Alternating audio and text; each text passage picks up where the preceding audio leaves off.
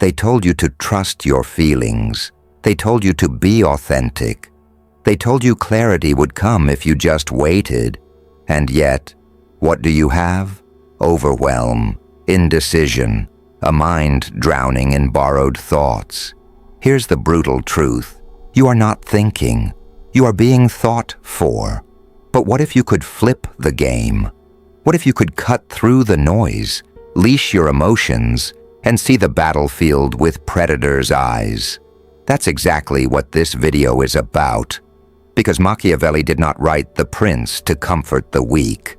He wrote it to arm rulers. And today, I'm handing you his weapons. Stay with me. Because by the end, you won't just think more clearly. You'll think like a ruler under siege, and that makes you dangerous. Leash the beast within. This isn't about killing emotion. It's about mastering it. The weak let feelings dictate their fate. They whimper. They lash out. They drown in impulses like cattle led to slaughter. Machiavelli inverted the order. He fixed his eyes on the outcome first. Only then did he allow emotion to kneel in service of the result. That's why his choices appeared cold, even when blood was on the line. Here's where you stumble. You mistake anger for strategy. You confuse anxiety for foresight. By the time you defend your move, your judgment is already contaminated. You're not thinking, you're reacting. Pathetic, predictable, exposed. Machiavelli cut through the illusion. Everyone sees what you appear to be. Few experience what you really are. He knew the truth. People don't respond to reality. They respond to theater. And the ruler who appears calm, even while plotting with ruthless intent, controls infinitely more than the fool enslaved to sincerity. Look at your life, your boss, your peers, your rivals, even your so-called friends. They don't respond to your honesty. They respond to the image you project and the victories you secure. If you let emotions drive, you've already surrendered the leash. So, how do you flip the equation? Start with the outcome. What must you win? What must you deny your enemy? Interrogate every emotion. If it doesn't serve the result, you cage it. Master appearances. Show calm when rage boils. Show strength when doubt gnaws. Show certainty when chaos surrounds. And before you react, rehearse. Ask, what belief do I want them chained to right now? Picture it. The barista botches your order. Old you snaps like a peasant. Disciplined you smiles, corrects, and leaves on schedule. The outcome secured, morning clarity. At work, a parasite steals your idea. Old you rages in public. Disciplined you documents, maneuvers, and whispers truth into the right ear. The outcome secured, authority reclaimed without spectacle. Online, a mob howls over a hot topic. Old you burns hours feeding them. Disciplined you asks, does this alter my next conquest? If not, you log off and build your empire. So I ask you, what do you truly want from this exchange? Who profits if you lash out? And if the world were watching, what story would your posture declare? Here's how you weaponize it. Pause 60 seconds before releasing any heated reply. Write one clean sentence of intended outcome before every encounter. And twice a day, identify your emotion and its function. I'm angry. Does this sharpen my blade or dull it? Etch this into your mind. Clarity doesn't come from honesty. It comes from dominion over consequence. That is how you enslave your emotions. And that is how you begin to think like Machiavelli. Purge the noise. The modern plague isn't ignorance. It's excess, overload, mental obesity. Clear thinking doesn't come from hoarding more data. It comes from cutting, from stripping, from silence. But this is where you disgrace yourself. You scroll, you binge, you drown. By the time a decision is demanded, your mind is a landfill of borrowed noise. You confuse the volume of input with the quality of judgment. Pathetic. Machiavelli warned, there is no other way of guarding yourself against flatterers than letting men understand that you will not be offended by the truth. Strip away the politeness. What he meant was brutal. Too many voices corrupt the sovereign's mind. The ruler who fails to filter is no ruler at all. He is a puppet of other men's whispers. Now turn that mirror on yourself, your podcasts, your feeds, your compulsive checking of opinions. These are the modern flatterers, sycophants in digital form. They do not sharpen you, they soften you. They do not guide you, they addict you. Every opinion you borrow drowns out your own signal, and a leader without a signal is no leader. He is prey. So how do you seize back control? First, before consuming anything, run the dual filter. Does this source have skin in the game? Will this alter my next move? If the answer is no and no, purge it. Second, enforce scarcity. Replace volume with depth. One book devoured, dissected, and applied is worth more than 1,000 hot takes rotting in your head. Third, carve time for solitude. Write before you consume. Think before you scroll. Command silence before you invite noise. Finally, treat unfiltered opinions as what they are: poison. Mental toxins in the costume of insight. Etch this into your discipline. The clearest mind is not the fullest. It is the most defended. Master this law, and you won't just achieve clarity. You'll achieve command. A defended mind becomes a fortress, and fortresses project power. Cut the noise inside, and you will silence the world outside. Hey guys, we're Strategy, based in Abu Dhabi. We use AI tools to make these concepts come to life, but it's our amazing team who goes deep, breaking down powerful philosophical ideas and showing how they really apply in everyday life. We hope you enjoyed today's content. Strike before certainty. Perfect clarity doesn't come before movement. It emerges from it. Indecision loves to masquerade as openness. It's not wisdom, it's drag. Here's what really happens. You wait, you stall, you stack options and call it careful. In truth, you're frozen by fear. Neutrality isn't prudence, it's cowardice dressed for court. Machiavelli mocked this paralysis. A ruler must never imagine that he can choose a perfectly safe course. Rather, he should make up his mind to take the least dangerous course. Hesitation is fatal. Action, even flawed, is survivable. Inaction compounds. It rots. It cedes the field to someone braver. Look around. In business, in careers, in relationships. Waiting for certainty guarantees one outcome. You'll be outrun by those who move first. Success is not gifted to the cautious. It's seized by the decisive, then refined mid-battle. So break the stalemate. Move at 70% clarity. Decide, advance, adjust on contact. Choose the least dangerous path, not the perfect one. Perfection is a bedtime story for the scared. Set hard deadlines for every decision. Clock rules, not mood. Deadlines do not expand, you do. And treat neutrality for what it is. A quiet betrayal of your own advantage. Burn the neutral option. Pick a side and make the ground move. Drill it into habit. If the choice is reversible, decide now. If it's irreversible, decide by a fixed hour, with guardrails, and move. Action is the teacher, motion is the proof.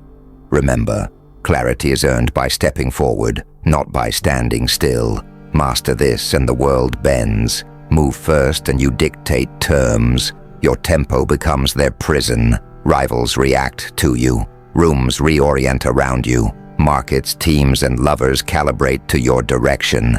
Internal commitment births external control. And that is how you convert decisiveness into dominion. Slaughter the false deadline. Urgency is the enemy's sharpest blade. When time is compressed, clarity collapses, and the weak stumble straight into the trap. You know the feeling. You rush. You sign too soon. You commit without reflection. You confuse frantic movement with meaningful progress. Pathetic, predictable. Every manipulator knows the game. Force a decision, steal the judgment. Machiavelli unmasked this tyranny. He wrote, "Fortune shows her power where valor has not prepared to resist her. Those who act in haste surrender to chance. But the prince who resists pressure, who pauses, who prepares, turns fortune's weapon back on her." Now examine your own life. The salesman's last offer, the employer's accept now or lose it, the lover's decide today. Every one of them is designed to strip you of thought, to herd you, to rob you. But pause, just pause, and the illusion crumbles. Ask, who profits from this rush? The pressure flips. Their urgency becomes your weapon. So here's the discipline. Build a delay reflex. Never commit under immediate pressure. Ask, who benefits if I act fast? If the answer isn't you, stop. Evaluate cost before gain. What's the worst failure? Can you recover? If not, wait. And wield silence as resistance. Because silence is a blade. Time is leverage. Etch this into your mind. Urgency enslaves, delay commands. Master this law, and hesitation stops being weakness.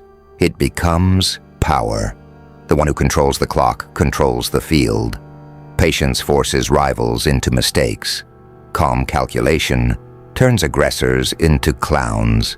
Internal restraint becomes external dominance. You don't just escape their traps, you make them wait, and in waiting, they break. Betray ideals, defend power. Noble illusions don't shield power, they annihilate it. Clear decisions are not born from purity. They're forged in brutal loyalty to survival. But here's where you disgrace yourself. You lie to your own face. You choose what feels righteous instead of what safeguards your position. You barter strength for applause. You sacrifice advantage for approval. And every time you do, you quietly forfeit power. Machiavelli was merciless on this point. A man who wishes to profess goodness at all times will come to ruin among so many who are not good. To endure, the prince must learn when not to be good. Because morality that weakens your position is not virtue, it is suicide in ceremonial robes. Now look at today, in your office, at your table, in your so-called community. The noble choices, working late for gratitude, swallowing truth for harmony, sacrificing profit for image. These aren't virtue. They're weakness disguised as sainthood. Power is preserved by calculation, not by martyrdom. So here's the discipline. Before any decision, demand of yourself. Am I doing this to feel good or to protect my position? Separate admiration from advantage. They rarely walk together. Choose the functional over the flattering every time. Judge morality not by intent, but by outcome. Burn this truth into your mind. What weakens you cannot be virtue. It is treason against yourself. Master this law and you stop bleeding for illusions. You stop serving ideals that would never serve you. You become dangerous. Because once you betray false virtue, you inherit something greater, clarity. And clarity is the shield of rulers. The one who protects position commands loyalty. The one who clings to ideals becomes prey for wolves. Control yourself. Betray the illusion. Protect the advantage. And the world will kneel to the one still standing. Fortify the mind. Repel the siege. Because left undefended, your mind becomes an open gate. Distractions march in. Noise takes root. Sabotage finds a throne. Clarity demands walls. But here's what you do instead. You multitask like a fool. You drown in notifications. You bow to chaos. And piece by piece, your mind shatters. Fragmented, you cannot decide strategically. You can only react, like a slave whipped into motion. Machiavelli observed, "The best fortress a ruler can have is not to be hated by his people." But fortresses were never just stone. They protected what mattered most. Today, your fortress is mental. And if you cannot defend that inner citadel, you'll be conquered without resistance. Look around, your feeds, your alerts, the endless chatter of the mob. These are the modern siege engines. They erode focus. They batter clarity. And just as a city without walls invites invasion, a mind without defense invites manipulation. So here is your discipline. Eliminate context switching. Guard hours for deep, unbroken thought. Isolate before decisions. Silence sharpens the blade of clarity. Prune distractions with violence. Cut what does not serve your prime objective. Enforce strategic constraints. Choose one goal. Reject all else. Etch this into stone.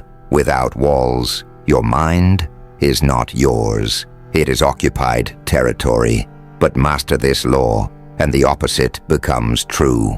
A fortified mind cannot be invaded. It dictates terms. It withstands pressure. And from that fortress, you project power outward. Self-mastery breeds external command. The ruler who defends the inner city becomes untouchable in the outer world. Predict or hunt as prey. Clarity becomes power when it hardens into foresight. To anticipate is to dominate. But here's where you fail. You only react. You call people unpredictable, as if that excuses your blindness. You wait. You watch. You hope to respond in time. Pathetic. Human behavior is not chaos. It is carved from fear, vanity, and weakness, and you're too timid to admit it. Machiavelli saw it without flinching. Men are so simple, and so much creatures of circumstance, that the deceiver will always find someone ready to be deceived. He read men like scripts, their fears, their hungers, their insecurities. They betrayed themselves long before they moved, and nothing has changed.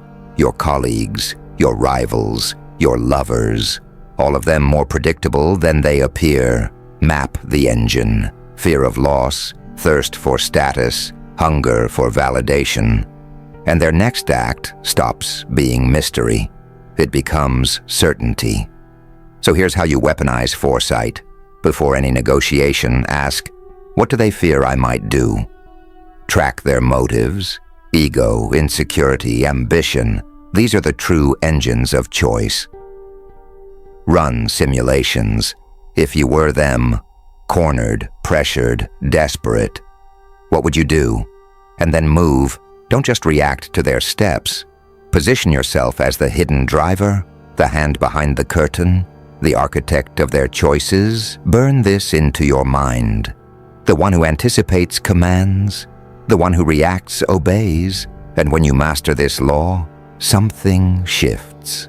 You stop chasing clarity. You become clarity. Your foresight shackles rivals to their own weaknesses. Your vision turns their patterns into your leverage. And the world bends, not because you are fast, but because you saw first. Thanks for spending time with us. If this sparked a new way of thinking, hit like and subscribe to keep the ideas flowing. And don't forget, check the description for the links to the original books and resources we used today. We'll see you in the next one.